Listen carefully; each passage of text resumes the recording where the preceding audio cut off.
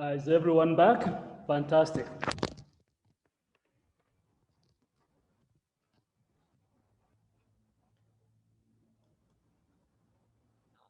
Welcome. So far, we've looked at why salespeople are important, both for business recovery and for the recovery of the world economies.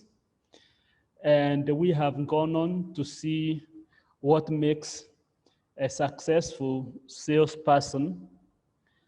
And we have seen the impact of a high self-esteem on the performance of a salesperson.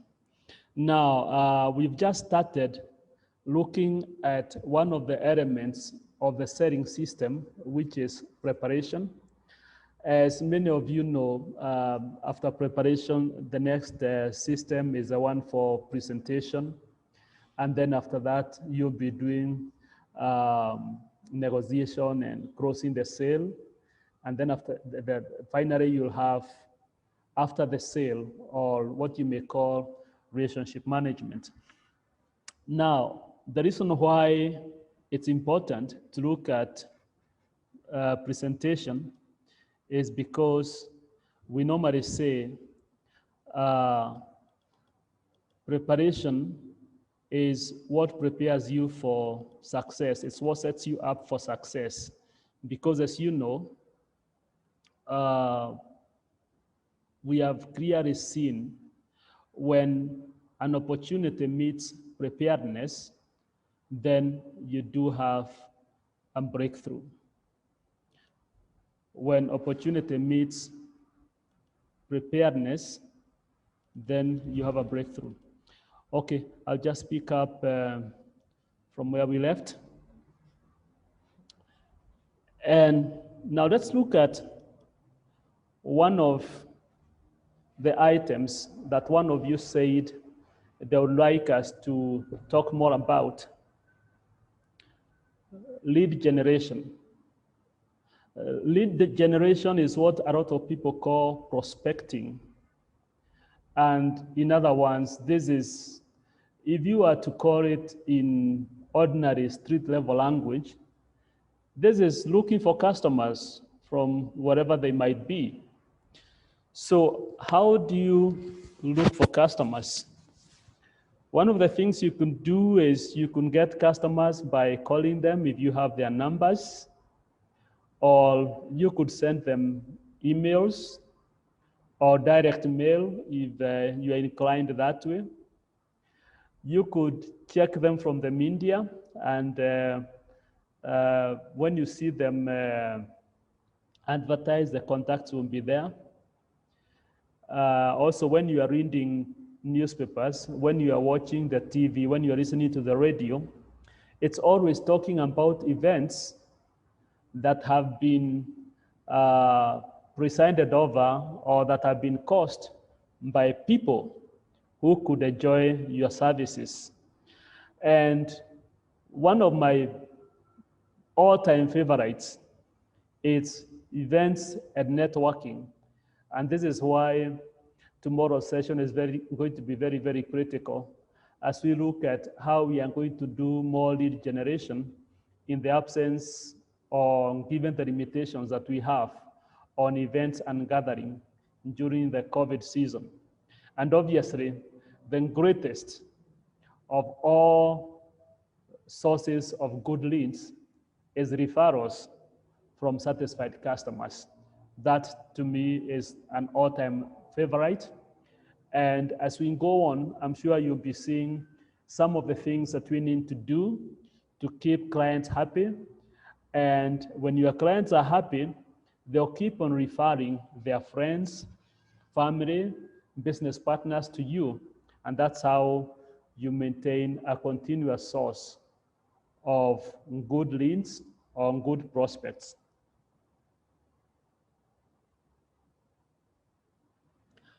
Out of all the names of people you are going to get who can be your potential customers, how do you qualify them?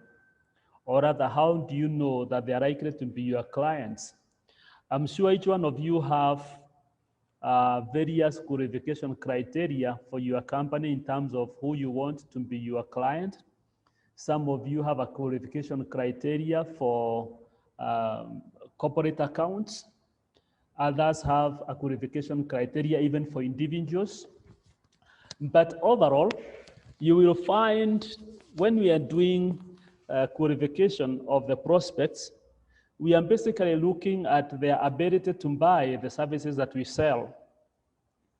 And the next stage, which is very critical, their willingness to buy, because someone might have all the money, but are they willing to buy from you?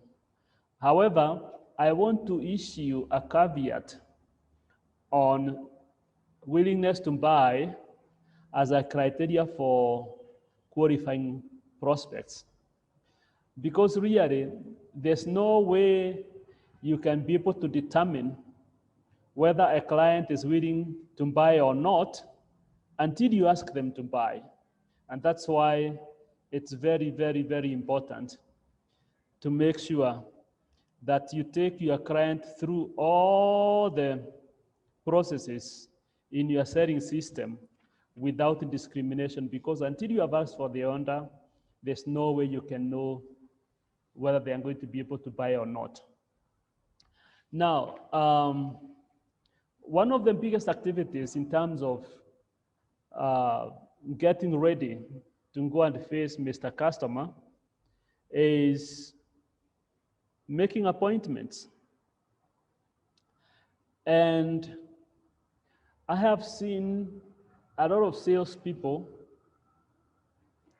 who, on the very first call to their client, they are already trying to sell, they are trying to pitch the product to the client, they are trying to pitch the service to the client. And their original intention was to ask for an appointment. And then I wonder, by the time you're trying to pitch to the client, have you really done the kind of preparation you need to prepare before engaging the client to buy? Do you know enough about their business? Do you have any idea of their capacity in terms of buying power? Do you have any idea of how your service can help them have a better business, can help them have a better life? Have you factored all of those if you are trying to pitch to a client on your very first call? But I'm not too worried about that, because I know some of you are already very well trained in doing telesales. But I would hasten to add that telesales, as far as I know, and based on my real experience with sales teams, telesales, I would say, is a very highly specialized kind of selling, because you are selling to a client on the phone, or you are selling to a client through Zoom, like what we are trying to do nowadays, and you don't have the opportunity to read the client's environment. Because one of the things that we always insist when you are doing physical visits to clients is that you should arrive at least 15 minutes before time.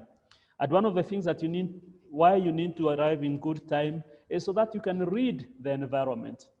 For example, there is tremendous amounts of information you can gather just by sitting at the client's reception. For example, I've seen for many companies, they have a good habit of putting a cabinet for the trophies that they won near the reception. And one of my best pastimes is to go and study each and every one of the trophies that are in their trophy cabinet. And those trophies will give you a very good indication of what that company is proud about. For example, if they won the Company of the Year award, or they won excellence in HR management, or they won biggest market share, any one of those points will give you an immediate starting point, an immediate conversation starter when you meet Mr. Customer, because, or Madam Customer for that matter, because your opening remarks will be, first of all, to congratulate them for the trophies that you saw they won. And you better make sure it's a recent trophy. You don't talk about a trophy they won 5 years ago. And also, in terms of reading the environment, sometimes you can see them having certain new products that they have put samples at the reception, or they have put images of the last product launch they had. And all of this will give you material for opening statements when you are face-to-face with the clients. So please, when you are with the clients, read the environment, read the environment, read the environment. Obviously, nowadays, as we will see tomorrow, it is very, very easy to read what is happening in the customer's company, especially if you visit their website or if you visit their social media pages. And I am reliably informed, sometimes the social media pages are updated on an hourly, or rather on a daily, if not an hourly basis. Some companies even update real time. As things happen in the company, they post in their social media pages. So for those of us who are doing sales in the digital age, part of our preparation in terms of gathering information about the clients has been very seriously aided by the digital revolution. And this makes it very easy when you finally meet the client. Obviously, if you are going to be selling to the client via Zoom or through the telephone, you need to be ready, like I said, at least 15 minutes before the meeting, 15 minutes before you make the call, so that by the time you are getting into the call, you don't have any disturbances. You don't have anything that can distract you as you focus on having the engagement with the client. Unless someone has a question concerning preparation, I would suggest that we now move on to the second element of the selling system, which is the sales presentation, or rather making the presentation. So, but just before I go, if you have any questions on preparation, please put them on chat.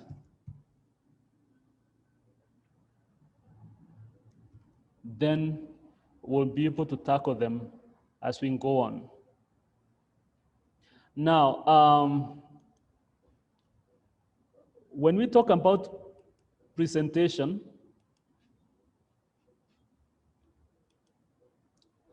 I am deliberately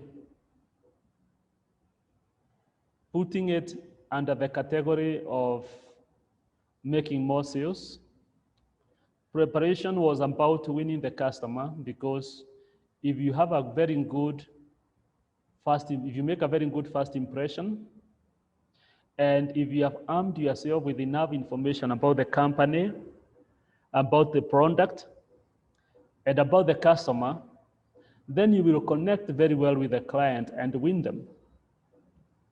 However, for you to get the sale, obviously the first impression might help. The knowledge of the products and your company is very important. And what you know about the client will also come in handy. But really, the difference between whether you will walk out with a deal or whether the decision will be postponed or whether you'll be thrown out of the meeting will depend a lot on what I call the presentation. And as we talk about the presentation, I would like us to look at it in terms of dramatizing the sales presentation. Every time when you are presenting to customers, I would like you to look at yourself as if you have been put on stage. And this is particularly very important during these times when you do not have the privilege of always meeting the customers physically. Dramatizing the sales presentation virtually or by phone is more critical now more than ever before, because the facilities that you have to impress the customer have been severely limited because you're not right there present with them in the same environment. Again, in these times, you are presenting to clients who are either in their houses with kids running all over the place and saying mommy, mommy, or daddy, daddy, and it becomes very difficult to concentrate. Or alternatively, the client is speaking to you on phone, at the same time they are chopping meat in the kitchen as they are preparing for their dinner. Surely, what do you do under such circumstances? But I want you to take it to heart. Tomorrow we'll be uncovering all the strategies and techniques that you can use to keep the client focused on your presentation when you are doing it either on telephone or virtually using online meeting platforms. Obviously, we said during the preparation, you got to look the part, you got to be properly psyched, and you got to have put yourself into the frame of mind of how you are going to be feeling when your engagement with the client is positive and you have your order. So have a positive mental setup, see yourself having the business from the client, and make sure by the time you are driving into their parking lot, by the time you are walking through the reception and onto their office, you look the part, you feel the part, and you are seeing yourself being the part. That's very important. Now, as we work on dramatizing the sales presentation, I would like to come back to something that we mentioned earlier when we were looking at how to impress customers, and when we were talking about the reasons why customers buy. And this is so crucial. I cannot emphasize it enough. And this is the fact that buying is really an emotional process. I know many of you who participate in tendering and pre-qualifications and all that. You'll be telling me there's always a preset criteria against which you are scored, and so the issue of emotion does not arise. And I will tell you for free to go back and check again and see whether everything is always very automated. Because I have seen instances where even where the bids are evaluated automatically by computer, at the end of the bidding, they evaluate the bids and they can see people who have scored very high, but somewhere, somehow, because someone has a very good experience with a certain vendor, they will insist that because of such and such an incident, or because of such and such a reason, we need to give this other person a chance, even when people had not been the ones who should normally have been given the business. And so how the client feels about you how the client feels about your brand, how the client feels about your company is so very crucial in the business of selling. I first of all want, okay, having come this far, I should have done it at the beginning. I want to apologize to those of you who are struggling to identify my R's from the L's.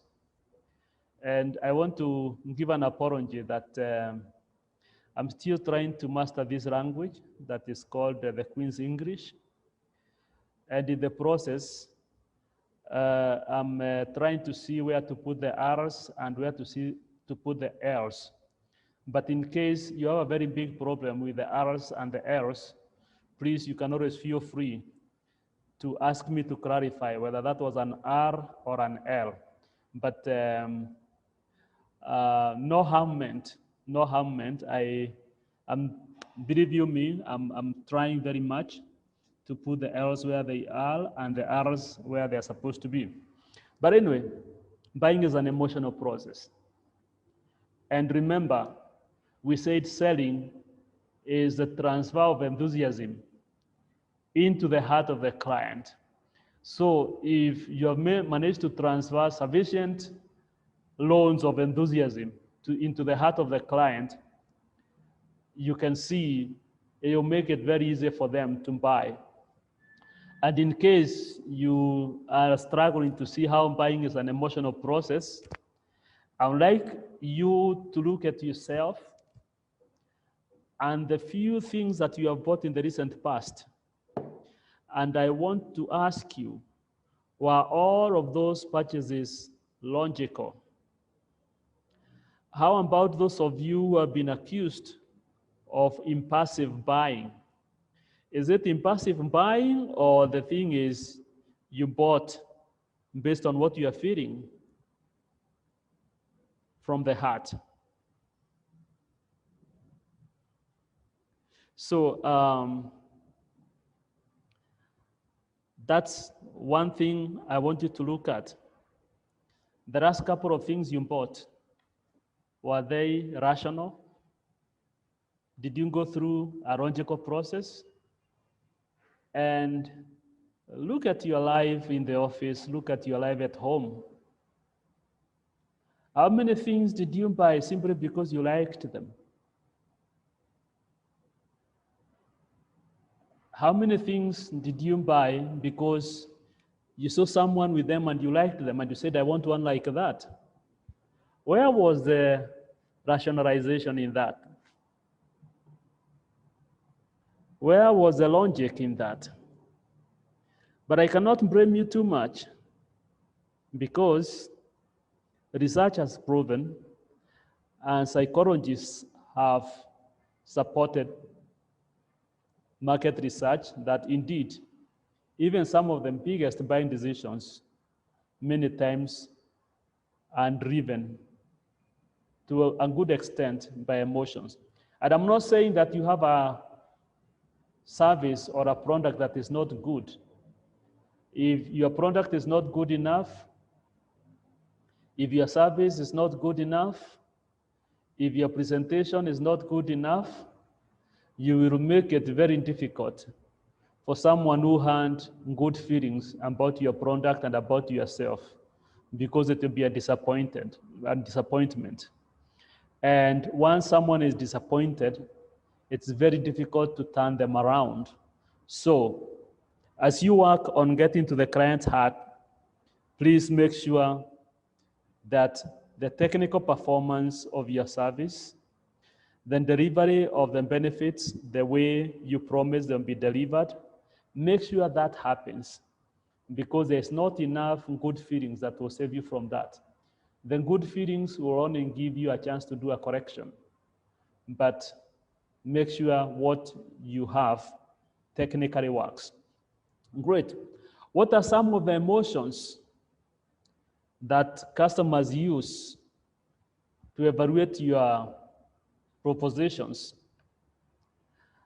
How many of you have come across clients whom I can say the smarts? You know, this is a client who believes they are so good, the rest of the world struggles to catch up with them. I mean, if it is the latest technological breakthroughs, they will have something to say about it. If it is the last goal that was scored in the UEFA Cup, if their team did not win, most likely they have a reason why that goal was scored, which was not fair. And if it is politics, they have very serious opinions of how politics could be done better. These are people who believe they are smart. How do you deal with such clients? And these are some of the things that we'll be looking at tomorrow. There are other clients who believe they are famous, and with all due respect to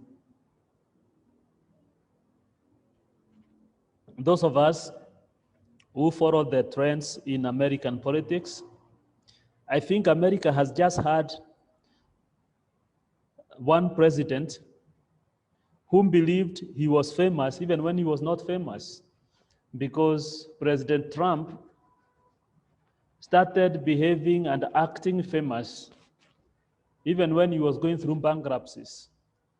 And so you can imagine the kind of field day salespeople had selling things to him that would make him famous. I still remember reading somewhere how one of the vehicle manufacturers in America started a limousine series called Trump. Unfortunately, I don't know how that went because I've not seen too many of them on the road. But that's what you do when you have a client who feels they are famous all over. Then you also have other clients who believe a lot of people love them. And sometimes some of the people who are motivated by fame also believe that people love them. That's why they are famous. That's why a lot of people follow them on Twitter, on Facebook, on LinkedIn, and all the other places that matter. But when you identify what motivates the emotional feelings of a client, please don't fight those things. If you are going to be selling to President Trump, don't try to tell him to tone down or to step down. It wouldn't work. Look for a way to enhance him so that he can even be more famous. And obviously, there are those that like to be seen as powerful. If you are going to have products that they will love, is those products that will make them look very powerful to the rest of the world. Now, one of the things that has happened over time, a long time ago, we used to recruit salespeople based on their ability to talk a lot. And you would see clients telling you, I would like you to recruit for me a salesperson who is very talkative. And for real, when they went to the market, they did wonders. But recently, as the world evolves, you will find that in addition to talking, a new breed of salespeople is emerging who are not talking as much as the others used to talk those days. And the new breed of successful salespeople that's coming up are salespeople who are able to listen more and ask more questions. So we are having salespeople emerge who listen more and ask more questions. And then you ask yourself, What kind of questions should a salesperson be asking? And one of the questions you need to ask, not just asking the customers, this is a question you need to ask even yourself before you go to the client. Ask yourself, what is in it for the client? What is the biggest benefit that the client is going to get when they buy your service? What is the biggest takeaway that you are going to deliver to the client? And how does what you are offering fit where they are now and where, for example, their business is going, if it's a client who is buying for their business? If it's someone who is buying as an individual, where they are heading, where their future looks like is very critical. For example, if you are selling an insurance cover to a couple who are just newly married and they have a new car, so you're selling a cover for a car, what do you think, after you sell the cover for their new car, what do you think should be the next almost immediate cover that you're going to sell to that couple before the end of the year?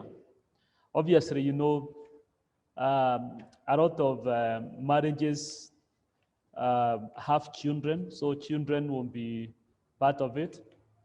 So there will be things like medical, there will be school fees, and there will be all of those things, including the house that they are going to buy if they have not already bought. And so trying to forecast where your client is heading into the future is very important. And if you cannot see it clearly, one of the things that I have seen a lot of clients enjoy talking about is how they see their business developing in future.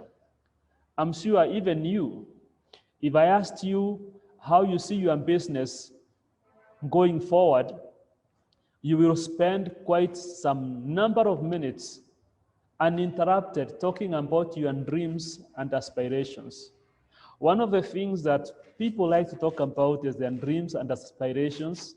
And please don't miss the opportunity to have your clients reveal to you what the dreams, the vision they have for their business looks like. Because in understanding the vision of the client, in understanding the direction that they are taking, you'll be able to see how you can support them with the services and products that you sell. And we always say, when you're showing the client how your service will serve them, you should always demonstrate to them the value and benefits, not the feature. For example, if you're selling a medical cover that has no exclusions, both for pandemics and acts of God, instead of telling the client this medical cover has no exclusions, what will be the benefit there? The benefit is you'll have a peace of mind, whether it is during the times of COVID or whether it is during the times of earthquakes and floods. Whatever happens, this cover will always be able to restore your peace of mind. So instead of going into details of, this cover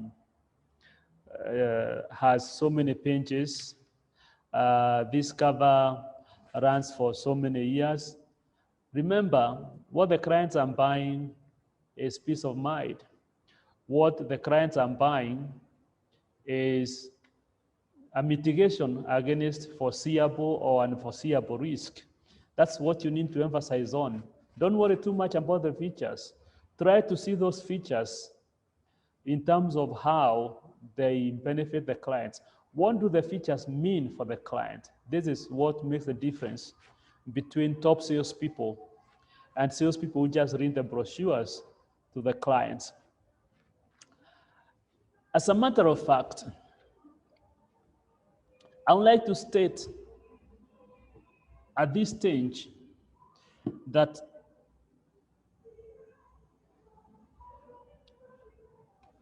selling or sales is what I can call showmanship.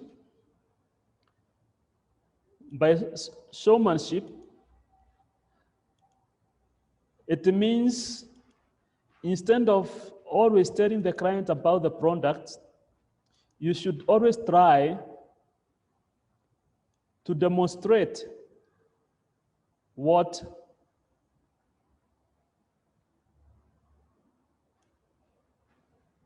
the benefits of the product are. For example, tell a story about what happened in a certain situation and how your product served those people. Try to look into the life of the client and pick an incident where perhaps their feeling would have been made much better if they hand you a product. If you cannot see an incident from the client's personal or company life, check from the news. What kind of stories are you seeing where either your product is making a difference or where the product could have made a difference if the people in the news would have handled it? So, as we speak to clients, the most important thing is to show them. That's why we are saying selling is showmanship. You are on stage. The client is looking at you. The world is looking at you. What is it that you are showing them? Don't worry too much about what you're saying. What do you have to show? What do you have to demonstrate? As we look at how to dramatize the sales presentation tomorrow, we'll be able to ask ourselves and we'll be able to explore how good salespeople are dramatizing the benefits of their services and products to clients through Zoom and on phone. And like I have said, one of the strongest ways of dramatizing the benefits of your service, the impact of your service, is through storytelling. Take the client through stories that you have or that are in their life of what would have happened if they hand you a product by the time a certain incident or a certain event occurred in their lives. So showmanship is key in dramatizing the sales presentation, and storytelling will win you many friends many times over. Now, moving on.